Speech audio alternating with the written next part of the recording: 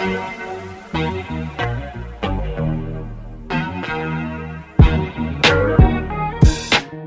second story is going to be my ghost apartment story, and it wasn't something that I had originally planned, but here's a little bit of a teaser.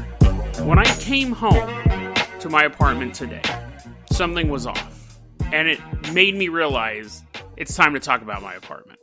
But before we get to that story, a little bit of a teaser. Before we get to that story, we are going to France. So hop in the Carpenter copter. I like how the Carpenter copter always sounds like it's about to die, but it doesn't. It's a great helicopter. It's treated us very well.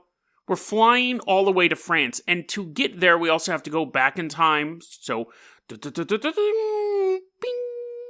now we're in the year 1876. 100 years before I was born. So imagine me as a non-corporeal entity during this story. We're going to Poitou, France, and you guys are shocked that I pronounced that right.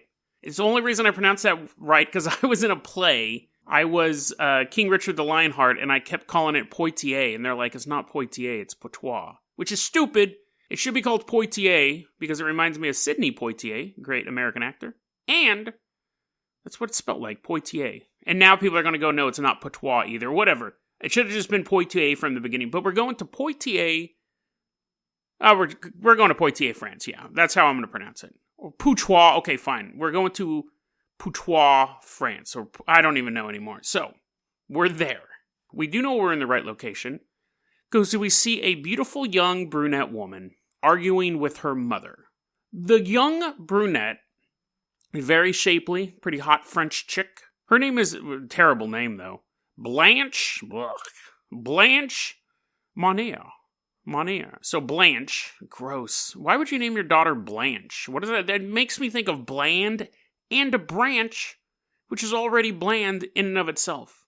But anyway, so Blanche is talking to her mom, Madame Monnier. Her name wasn't Madame, but that's what she was known as, and that's what the article says she was. So, they're arguing. Now, the Monnier family was they weren't super wealthy, but they were well off. They're doing pretty good for themselves. And Blanche fell in love with an older man who didn't have a lot of money.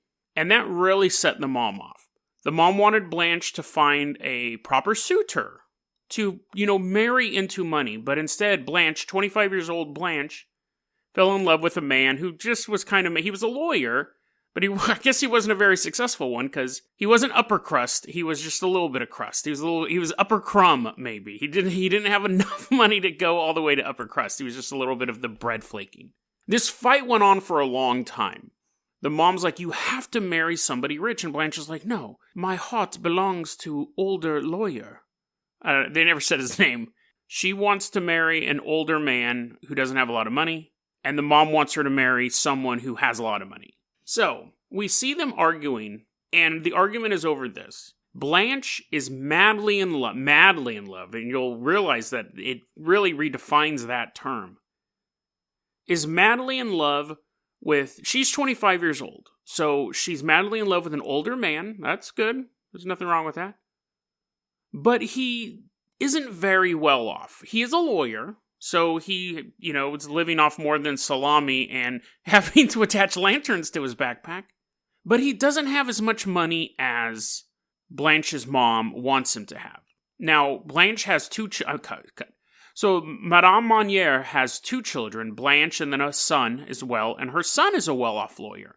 And she really wants Blanche to marry into money and help the household get richer and build all these social connections and so on and so forth.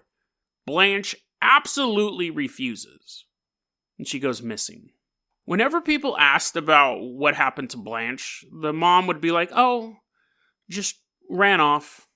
Must have ran off with somebody, sipping her tea. In the house, her brother, Blanche's brother, and the servants in the house were not allowed to talk about Blanche, were not allowed to ask about Blanche. They weren't allowed to know anything about or really ask, or even question, or even dream. Last night I had a dream that Blanche was in the house. Yeah, they started whipping him. We're supposed to have no conversations about Blanche. The lawyer that she was in love with. So the story starts off, like I said, in 1876. The lawyer she's in love with dies in 1885. So about 9 years later, he passes away. Blanche doesn't show up to the funeral. He's not in contact with Blanche. But when the Monnier family is so well off that people aren't really suspecting anything. They're not thinking, well, maybe she was murdered or something like that. They believe the mom when she said she left. In 1901, someone writes a letter to the local French police. Nobody knows who wrote the letter, but the police get this letter, and it says, there's something going on in the Monnier house. You have to investigate it. There's this horrible thing happening there. I was like, that's weird. Now, for whatever reason, it's funny because, like I said, I used to be a journalist. We would get crackpot stuff all the time sent to us. I should talk about one of those stories one of the times. But anyway, so, the cops get all sorts of crazy info sent to them constantly. But for whatever reason, the cops took this one fairly seriously. We don't know the details of the note, so it must have been fairly descriptive. But it did make the cops go, let's travel out to this rich person's house and just see what's going on. So the cops get in their cop car, and in France, I'm sure they make different noises. They do that annoying wow, wow, wow, like the Ghostbusters car. But anyways, so they're driving the Ghostbusters car. They're driving the Ecto-1 across the French countrysides. They go to Poitiers, and they come up to the Monnier house. And there they're greeted by Madame Monnier. And she's like, oh no, everything's totally fine. I don't know why you guys would be here, but I am a socialite and you are guests, so come into my house. Thank you, madame. She's like, that's my first name. And they're like, well, that's weird. And they're walking around the house. They're looking around. Spotless. The house is beautiful. All the servants, the maids in hot French maid outfits, which, because they have to wear them. That's why they're called that. And the lawyer's son is gone. He's in a local town doing lawyer stuff. Cops are looking around. They're like, oh, this house doesn't seem that sinister. But, we're just checking out. Oh, yes, oui, that is what you do. You are the police. And she's like, is that the Ecto-1 out there? And they're like, yeah, we gotta go bust some ghosts after this. Marie Antoinette's been flying around. She's eating a bunch of hot dogs. But anyways, so the cops are kind of looking around and nothing's really sticking out of them. Nothing's like super bizarre to them. Again, they just fought Gozer. So they're getting ready to leave when one of the cops upstairs goes, what's that terrible smell? That is a god-awful smell. So he goes down and he tells his other cop buddies, he's like, hey guys, before we leave, let's come up here. I want you to double check something. So they go up there and they smell this, just unimaginably bad smell. And they're like, what is the smell? This house is so beautiful. Why does this part of this house smell so bad? So they start sniffing around. Sorry. I couldn't resist. They start sniffing around, and they find a door with a padlock on the outside. And the smell is stronger outside the door. So at that point, the cops are like, I bet you there's a body in there. There has to be something in there. This has to be what this note is about. It smells awful. So they bust the lock. And at this point, you know that Madame Monnier she's probably so psychotic that she probably figured she could still talk her way out of what was about to happen. I don't honestly think like she was trying to stop the cops from breaking the lock. I'm sure she figured she could explain it away because no one's ever stood up against her. The only person who stood up against her was Blanche Monnier, who went missing at this point 25 years ago. The staff of the house was terrified of her. Her son was terrified of her. So why would she suspect that the cops wouldn't do what she said? But anyways, the cops, chink, chink, break the padlock. Falls to the ground dramatically. In slow motion, it's all tumbling. Chink, chink. They open the door and they're immediately hit with the worst smell possible. The cops at the scene really were like, it was undescribable, choking. You couldn't be in the room for more than a few minutes, and they didn't plan on being it. The room is pitch black, even with the light coming in from the open door. They can't really see what's going on in there. But they do see, on the far end of the room, what appears to be a shuttered window with a large black carpet put over it. And they're not just using curtains on this one, there's a carpet.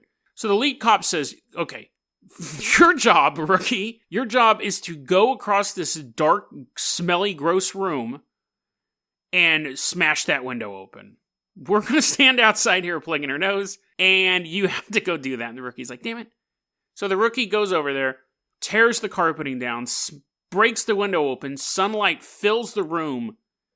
The police see it as littered with food, like rotten, not like yummy, sumptuous Thanksgiving turkey, but just garbage food, half rotten, vermin everywhere, poop. They start to see poop, like little pieces of poop. And as the sun, not like rabbit poop either, as they start to take in the room, they realize that it's not just food and rats and feces filling up this room. There is a 50-year-old woman chained to a bed. And she goes, "It's so nice to see the sun again." Blanche Monnier, when she refused to marry her approved suitor, was dragged upstairs by the mother, and most likely the staff as well, maybe even her brother, and was chained to the bed. And every so often, the mother would go into the room and would say, "You've been chained up here for a week now. I'm sure your spirit is broken. You're sitting in your own poop, honey. Will you marry who I say you want to marry?" And she said, "No." Mom would leave the room. The mom would periodically come back and say, "Are you ready now to marry who I say?" "No, mother. I'd rather sit here in my poop. I have all these friends that are rats from all the food you've given me. I'd rather be in here." Mom slams the door. Even after the lawyer died, even after her true love died, the mother came to her and said, "He's dead. You have no one else. Will you?" "Mother, I will not marry who you tell me to marry." For 25 years.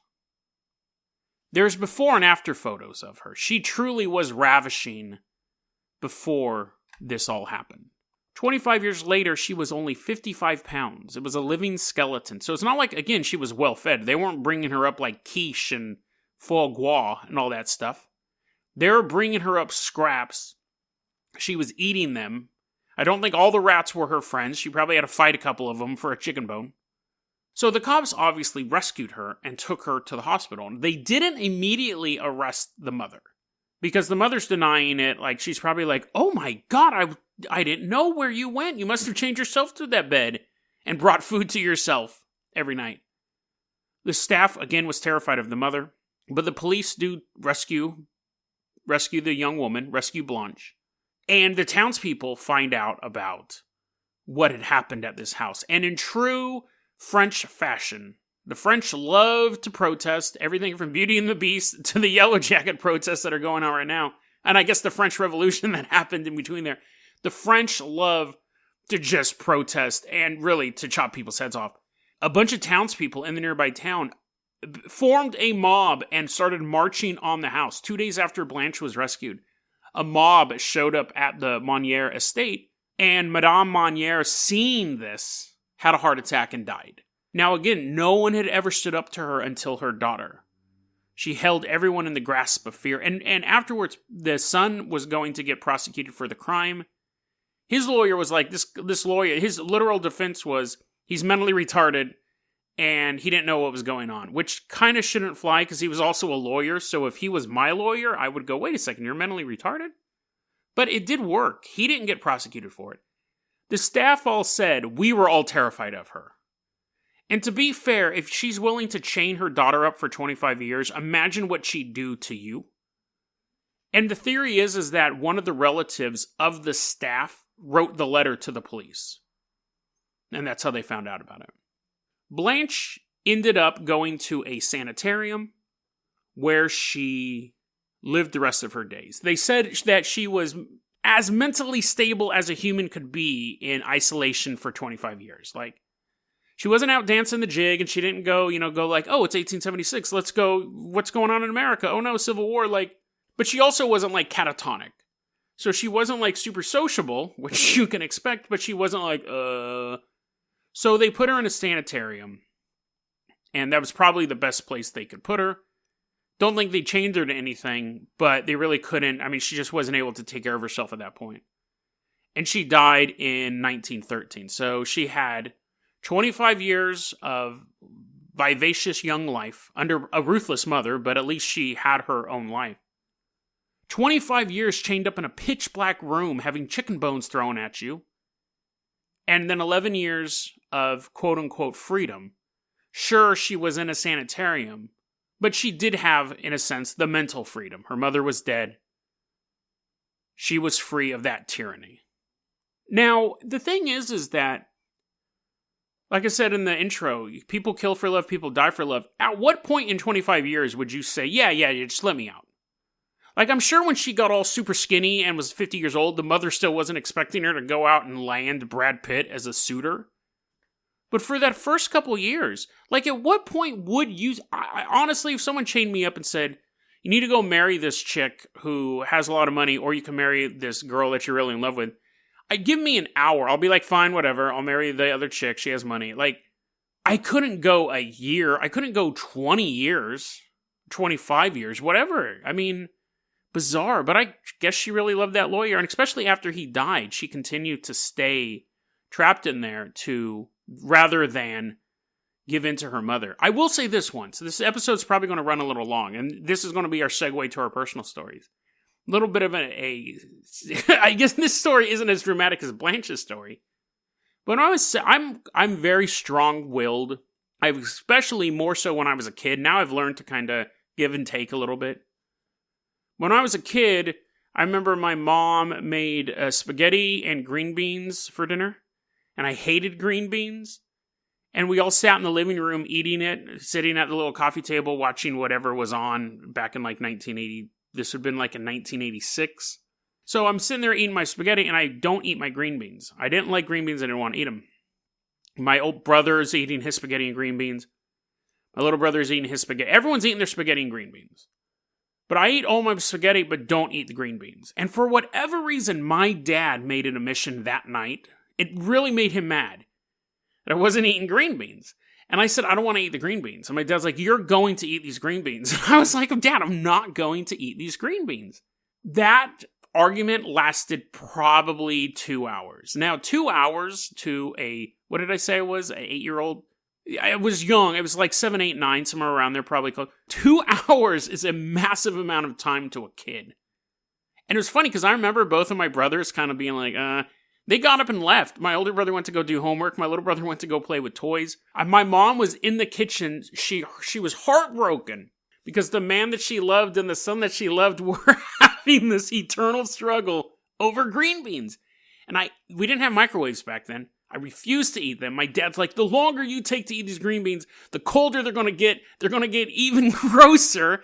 You need to eat these green beans. And finally, in the end, I didn't eat the green beans. Like, after it was about a 2-hour-long fight, I remember just sitting there, and my dad sitting there silently and going, just eat the green beans! And I was like, I'm not going to eat the green beans. It was this huge fight. It wasn't physical. My dad was never like that, but it was this battle of the minds, which, in the end, I won. But, oddly enough, I love green beans now. I'll eat them all the time. I have no problem just making dinner. Throw some green beans on, put on some Parmesan cheese or some pepper, whatever. But, yeah, no. So I am a spiritual ally of Blanche. That was a clip from our daily podcast, Dead Rabbit Radio. Dead Rabbit Radio is available anywhere that you listen to podcasts. It's daily paranormal, conspiracy, and true crime news. If you want to hear the full episode that this clip came from, check the link below. Please like and subscribe. And hit that little bell, too. That does some magical stuff. Thanks, guys.